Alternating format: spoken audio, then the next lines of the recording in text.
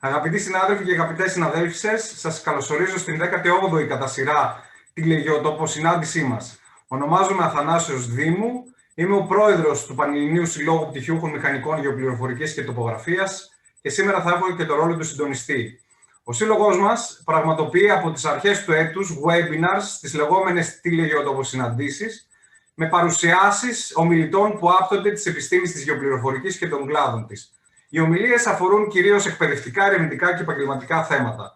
Θα ήθελα να ευχαριστήσω κυρίως τα μέλη του Συλλόγου μας, καθώς και όλους τους άλλους συναδέλφους όλων των υπολείπων ειδικοτήτων και κλάδων που βρίσκονται παρόντες. Έχουμε ξεπεράσει για ακόμη μια φορά το όριο στις συμμετοχές και δυστυχώς λόγω περιορισμού της πλατφόρμας δεν είναι δυνατόν να συνδεθούν όλοι και ζητούμε την κατανόησή σας γι' αυτό.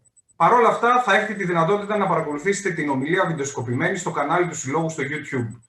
Πριν δώσω το λόγο στον αξιόλογο απόψινό ομιλητή μας, θα ήθελα να αναφέρω πως το θέμα της 18ης ΤηλεΓΕΟΤΟΠΟΣυνάντησης είναι The Many Uses of OpenStreetMap. Ο ομιλητής μας είναι ο κύριος Allan Mustard. Είναι ο πρόεδρος της OpenStreetMap, της παγκόσμιας κοινότητας. Λίγα λόγια για τον κύριο Mustard από το βιογραφικό που μας έχει στείλει. Mr. Retired Ambassador Allan Mustard, class of career minister, was sworn in U.S. Ambassador to Turkmenistan on November 25, 2014. He previously served as Agricultural Minister Consultant at the U.S. Embassy in New Delhi, India. A widely recognized authority on agricultural and food aid policy, he has broad experience in guiding economic reform assistance throughout Eastern Europe and the former Soviet Union. During his ambassadorship, Mr. Mustard was a proponent of OpenStreetMap as well as an active voluntary mapper. At the North American Cartographic Information Society's annual bucket in 2019, he gave a keynote address on his mapping in Turkmenistan. He also gave keynote presentations at the OpenStreetMap annual conferences, State of the Map in 2016 and 2020. In December of 2019, he was elected chair of the board of the OpenStreetMap Foundation. He describes himself as Wikipedian. Αυτά σχετικά με τον κύριο Mustard. Before I give the floor to Mr. Mustard, fellow, I want to say a hello from all over the world. Where are you in the chat? And to say hello to everyone. Καλησπέρα στην Καλυθέα Χαλκιδικής. Καλησπέρα στην Αταλάντη, καλησπέρα στο Ηράκλειο Κρήτης. Όσοι θέλετε μπορείτε να χαιρετήσετε από όπου και αν είστε στο chat. Καλησπέρα στην Αθήνα, στη Χαλκίδα, στη Θεσσαλονίκη. Πολύ ωραία. Στην Λιούπολη, Νέα Σμύρνη, στη Λάρισα, στην Ελασσόνα, στην Ιγουμενίτσα, στην Κύπρο, from Cyprus, Γρεβενά, Σαλαμίνα, στη Λευκοσία Κύπρου, στην Άξο, Κοζάνη, Ρόδο, Αθήνα, Πρέβεζα, Ερέτρια, Εύβοιας, perfect. Πρέσπες, ευχαριστώ πάρα πολύ όλους τους συναδέλφους. Thank you very much. Mr. Mustard, the floor is yours. I hope you understand some words or the places because the participants say to us hello from all over the Greece, from all over the cities of Greece. I hope you have visited Greece and you recognize some cities or islands. Your floor is yours.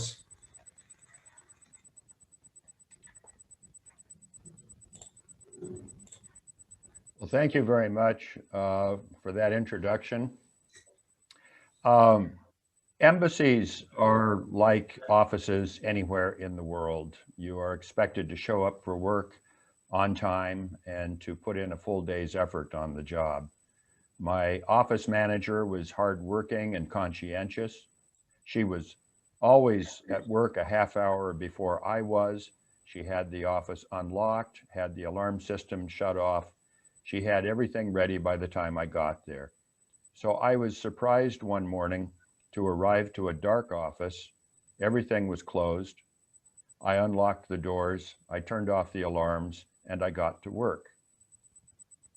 An hour went by. 2 hours went by. Finally, Wendy, my office manager, showed up and I had to ask, what happened? She said she had overslept because she was up past midnight and had gotten to bed late.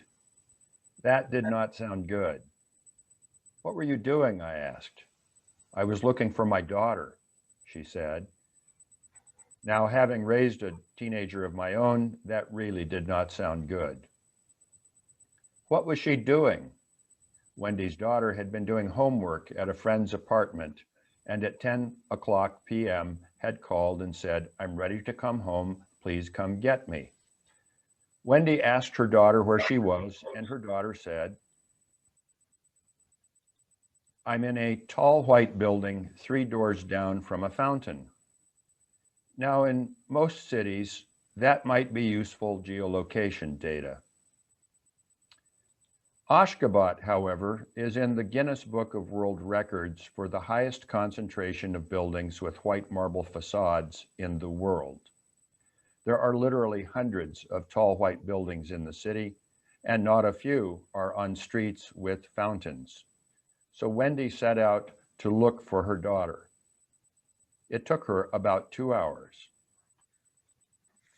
It was nighttime, of course, which didn't make things easier. But fortunately, Wendy had the only red Toyota RAV4 in the entire city. So when she drove past, her daughter saw the car and, using her cell phone, vectored her mother to the apartment building. Now, you might be asking yourself, why didn't Wendy's daughter simply provide a street address for the building, which the residents of the apartments surely knew, so her mother could come to it? In spring 2015, navigation in Ashgabat was just not that simple. I undertook to fix this problem and initially thought it would be relatively simple. I would buy Wendy a street map of the city of Ashgabat. So I went to the Geodesic Survey office in Ashgabat personally and asked what maps could be obtained. The first was a map produced by Sofitel back when Sofitel was running one of the hotels in Ashgabat, marked mainly with 4-digit numbers assigned to the streets in lieu of names during President Niyazov's administration. It was virtually useless for navigation. There was also a Ministry of Defense map from 2014. Names are in English, even though what little signage existed was in Turkmen or Russian. Names on maps don't often correspond to signage when the signage exists. Both maps lack detail. Many streets are missing on both of them, and so they are virtually useless for navigation. Furthermore, the Ministry of Defense's maps print run was only 300 copies for the entire city. Another problem was street signs. First off, most streets did not have signs on them. If signs did exist, in many cases they were useless or next to useless. Here are 8 examples of Ashgabat signage. They are written in 2 languages, Russian and Turkmen, and in 2 alphabets, Latin and Cyrillic. This means you may run into 4 variants, 3 of them shown on this slide: Russian in the Cyrillic alphabet, Turkmen in the Cyrillic alphabet, and Turkmen in the Latin alphabet. Plus numbers. I mentioned that under President Niyazov, streets were assigned numbers. Somebody told him that in America, streets are numbered, which in some cases they are. Streets in America can be numbered 1st Street, 2nd Street, or Avenue in order, making them easier to navigate. Unfortunately, that detail was lost in translation. So streets in Ashgabat were numbered somewhat randomly. The square in front of the presidential palace was numbered 2000, and all other streets were given some 4-digit number above or below that. The middle 4 signs with the red line around them are 4 signs on the street I lived on. The trouble is, not one of them shows the current name of the street. As of November 2015, it was renamed Celaleddin Rumi Kırçası. It used to be Andijan, and for a while it was 2054. With a handful of exceptions, each street in Ashgabat today has at least 3 names: the Soviet-era name, the 4-digit number, and a new Turkmen name. And in some cases, you can see signs for all 3 versions on a street simultaneously. Sometimes you see a sign that's been painted over or is so weather-beaten it is no longer legible. The top right and the bottom right signs are examples of that. Some residents of Ashgabat have taken matters into their own hands and made their own signage. Some of these homemade signs are easy to find and read. The one on the bottom, however, is on the roof of the house it identifies and is hard to read when you are driving by. Another problem with homemade signs is that they tend to reflect former names of streets and do not correspond to what is on a contemporary printed map. The upper left sign is an example of Russian written in Latin letters. The middle ones are simply painted on the gate or the wall of the house. You have to be alert or you might miss the sign. Another problem is that the Turkmenistan government is actively de-Russifying street names. Russian names are passé. Lenin Prospect is now Turkmenbashi, named for the first president of Turkmenistan. Moskovsky Prospekt is now On Yil Abadanchilik, meaning 10 years of prosperity. Sovietskaya is now Independence Avenue, or Garashsizlik. Chekhov Street, named for the Russian playwright, is now named for the father of former President Niyazov. The trouble is, nobody has told the taxi drivers. If you ask a taxi driver to take you to an address on Garashsizlik, he'll stare at you and tell you no such street exists. We created a gazetteer of street names in Ashgabat and posted it on the internet so that people could correlate old names with the current name of Ashgabat streets. So now, if somebody stops you and asks where Ulica Engelsa is, as happened to me, you can look it up and refer that person to Azadi Kırçası. With all that as background, by the end of April 2015, my wife and I began mapping Ashgabat using OpenStreetMap. We started out by driving the streets of Ashgabat in our Toyota RAV4 weekends and evenings. When we started, the OSM Ashgabat map had roughly 12.5 named streets. We estimate that by the time we left Ashgabat in June 2019, we and other collaborators had named over 90% of Ashgabat streets, plus the bulk of named streets in the near suburbs. We had also by then, with a lot of help from other embassy employees, named the downtown streets of the 5 provincial capitals and some major municipalities, and had identified most of the routes on the national highway network. Our personal contributions totaled over 250,000 data points entered, including addition of 11,500 roads and streets, and addition of over 8,000 names of points of interest. We also added 18 articles to the OpenStreetMap wiki and expanded an existing article on Turkmenistan to over 10,000 words, containing information unavailable anywhere else online. I'd like to share with you now just how we did that. We started with a Garmin Nuvi GPS navigator, which records GPS traces and also allows users to enter points of interest or favorites manually. These traces can be uploaded to OSM and used to help edit the map. This set of GPS traces represents a new intersection built on the M37 highway that passes through Ashgabat.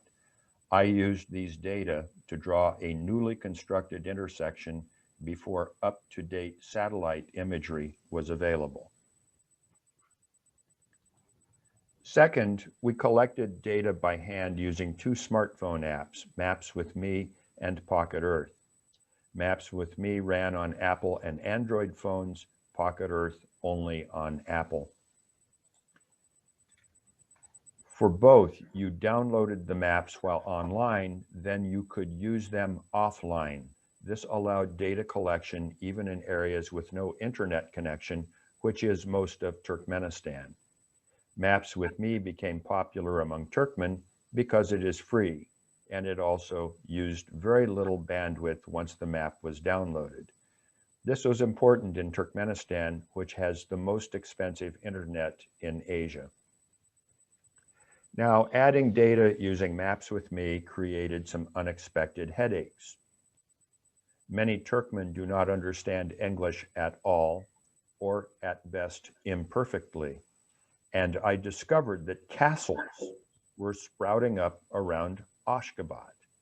It turned out that people were marking their residences in Maps with Me, and since Maps with Me did not have an appropriate node marker for an apartment or house, local mappers were improvising by designating their homes as castles.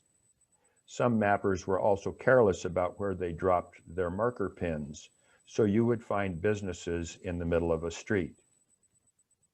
At one point, I was spending about half of my mapping time cleaning up these sorts of inaccuracies rather than adding new data to the map.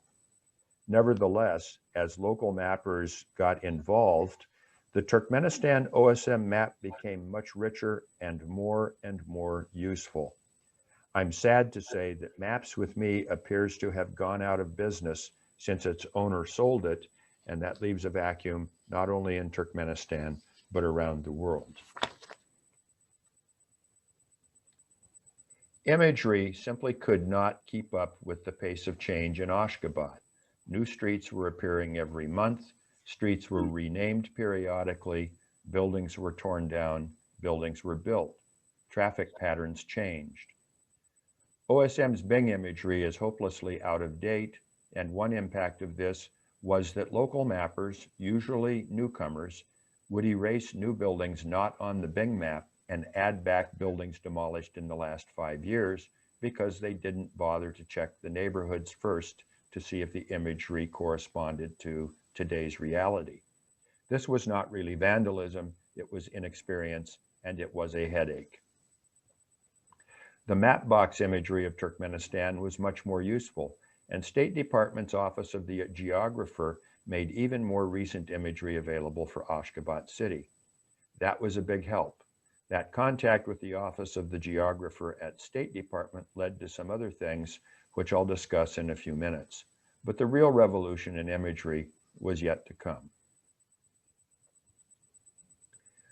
Digital Globe began donating imagery to OSM with the result that we had imagery that was only a few months old, not a few years old. In addition, because I was a US government employee, Digital Globe allowed me to have access to its online database of satellite imagery. This allowed me to see imagery just a few days old and to refer to it when updating the OSM map of Turkmenistan. Unfortunately, since I've retired from federal service, I no longer have access to Digital Globe imagery online. Now, this was all wonderful and allowed me to add new roads and streets, to draw new buildings, and so on. But when you are mapping cities, you also want to identify the buildings. You want to add detail. After the streets had been largely identified, we wanted to start adding hotels, embassies, stores, gas stations, restaurants, pubs, and bars, grocery stores, car repair shops, pet shops. And when you are driving by at 50 kilometers per hour, it is impossible to take notes fast enough, even when you are a passenger. To go to the next level, we needed a different kind of imagery. In autumn 2016, I attended OpenStreetMap's annual State of the Map conference, where I met the people from Mapillary. Mapillary is a Swedish company bent on collecting crowdsourced ground-level imagery of the whole world. I downloaded their smartphone app and began experimenting with it. I then bought a beanbag mount and dedicated an Android smartphone to imagery collection. Whenever I traveled in Turkmenistan, wherever I traveled, I collected imagery and uploaded it to the Mapillary website.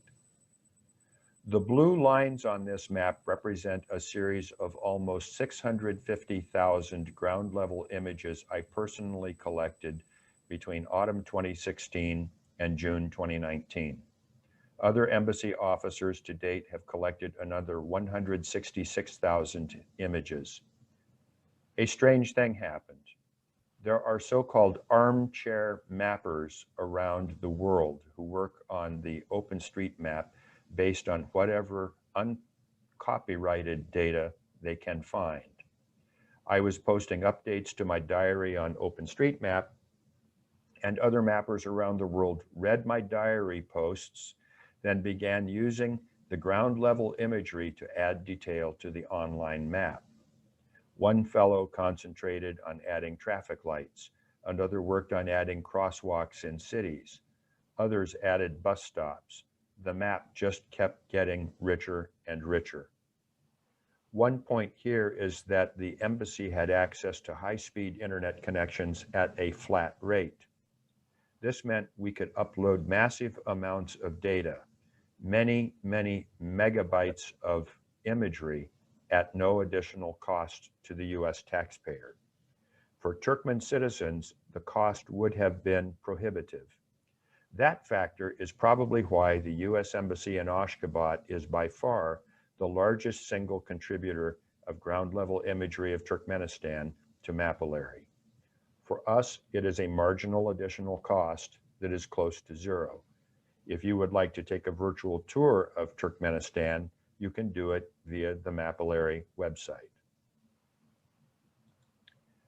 Once the major cities had largely been mapped, we branched into the national highway network. No truly useful highway map of Turkmenistan existed at that point, just tourist maps that were, while not totally useless, certainly not on a par with the Rand McNally, Freytag and Berndt, or Gio-Roja road maps to which Westerners are so accustomed. The Russian maps published in Moscow were outdated and also not available locally. We expatriates could order them shipped in by diplomatic pouch, but good maps were not available to the local population. The first step was to update the OSM database with the actual tracks of highways that in many cases had been changed, widened, and rerouted in recent years using GPS traces. As an aside, I have to mention that in the process of doing this, we collected the locations of over 170 gas stations. We also geolocated the very best fish restaurant in all of Turkmenistan. The second step was to identify the highways by route number, since they were officially numbered, but had never had signs posted so drivers would know what route they were on. For this, we turned to two sources. The first was the motor pool of the US Embassy. Many of the chauffeurs in the motor pool knew by heart the route numbers of major highways and could identify them for us. However, their knowledge did not cover all the territory of Turkmenistan. We could not use legacy maps of the Turkmenistan Ministry of Defense because they were copyrighted, and copyrighted data may not be added to the OSM database since it is intended to be freely shareable. To fill in the gaps, we obtained uncopyrighted Soviet military maps dating to the 1970s and 1980s, which in several cases filled in blanks in the highway numbering system. These maps also identified populated areas for which we had no other uncopyrighted information, but with a twist. The municipalities in many cases bore Soviet-era names which had subsequently been changed to honor Turkmen heroes and political figures. As we shall see, that information was nevertheless useful. I began holding master classes on open source cartography at our American Center and in the American corners in Dashaguz, Mari, and Turkmenabad. This led to contributions by local mappers, generally using maps with me, and that in turn enriched the OSM map of Turkmenistan, although of course there were always some extra castles and miscategorized points added to the map. One other interesting thing happened. Building numbers in Ashgabat began mysteriously appearing on the OSM map. It turned out the mayor's office had discovered OSM, and 2 municipal employees were detailed to add building numbers because the mayor's office found the map so useful. They also added some names to streets that had no signs on them, which we obviously had been unable to identify. These municipal employees were not allowed to communicate with us because Turkmenistan, as a police state, strictly controls contact with foreigners. Nonetheless, they were aware of what we were doing, and they collaborated with us indirectly. I drew new streets, and they named them. I drew new buildings, and they added the numbers. It was odd, but it worked. The contact with the State Department Office of the Geographer led me to ask at one point why official US government maps continued to reflect obsolete names for municipalities in Turkmenistan. The answer was that the United States and Turkmenistan do not formally exchange geographic data, and thus the US Board of Geographic Names had no formal notification of name changes. I pointed out that all geoname changes in Turkmenistan are decisions of the central government and set about collecting all changes from 1991 forward. This was not a trivial task because they were not all in one place, but rather scattered across myriad laws, presidential decrees, and pronouncements. The Central Public Library did not have a comprehensive collection of all relevant documents, so this turned into detective work. One of my staff members went through back issues of the Parliamentary Gazette, presidential decrees, and old newspapers. Another searched archives of the Organization for Security and Cooperation in Europe, which it turns out has a rather extensive collection of Turkmen legislation. Where possible, we collected the original Turkmen texts as well as the Russian translations. The Turkmen texts provide authoritative spellings of geographic names, and the Russian texts allow us to understand the documents better because relatively few people outside Turkmenistan can understand the Turkmen language. Then we did something unusual for an embassy. We not only sent all this information back to Washington, to the Department of State, and to the National Geospatial Agency by telegram, we also posted it on the internet, on the OpenStreetMap wiki site. It is all now available not only to the Board of Geographic Names, it is available to the global cartographic community. So by now you are probably asking where all this work led. What were the results, and what difference did cartography make? Well, there were some real payoffs. The American Embassy in Ashgabat can now produce, with the help of Igor Braitz's Maperatif program, the best wall map of Ashgabat available anywhere. It's roughly 1.5 meters tall and is highly detailed. It includes all hotels, embassies, hospitals, plus many shops and many building numbers to ease navigation. Aside from its day-to-day usefulness as a general navigation aid, it is also part of the embassy's disaster management plan. Ashgabat is in a Category 3 seismic zone. During my tour of duty in Ashgabat, there were MMS 7.5 earthquakes in Iran, Afghanistan, and Tajikistan, just a few hundred miles away. In the event of a disaster in Ashgabat, such as happened in 1948, when the city was leveled and half the population was killed, accurate and up-to-date maps of the city will be priceless. In April 2019, at the request of the Embassy Ashgabat Motor Pool, we succeeded in producing a comprehensive wall map of Turkmenistan's highway network, which also depicts major cities, the railroad lines, and locations of gas stations identified to date. The OSM database is the only up-to-date source of data for offline handheld GPSs. Apple Maps use the OSM database for its map of Turkmenistan. Facebook has moved 100% to OSM data. Microsoft Flight Simulator 2020 uses OSM data. Amazon Logistics uses OSM data. Expatriates and natives alike use these apps and GPSs to navigate in Turkmenistan. So do at least some tourists. Australian bikers traversing Turkmenistan en route from Iran to Uzbekistan, and random tourists use smartphone apps to navigate. The only multi-page street atlases available are those the U.S. Embassy generates using field papers and Maperative. They both generate very usable street atlases, and they are also part of the Embassy's disaster management plan.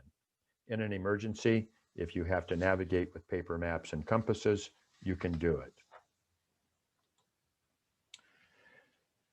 When my wife and I arrived in Ashgabat in January 2015, the buzz among expatriates was that the city was boring. There was nothing to do.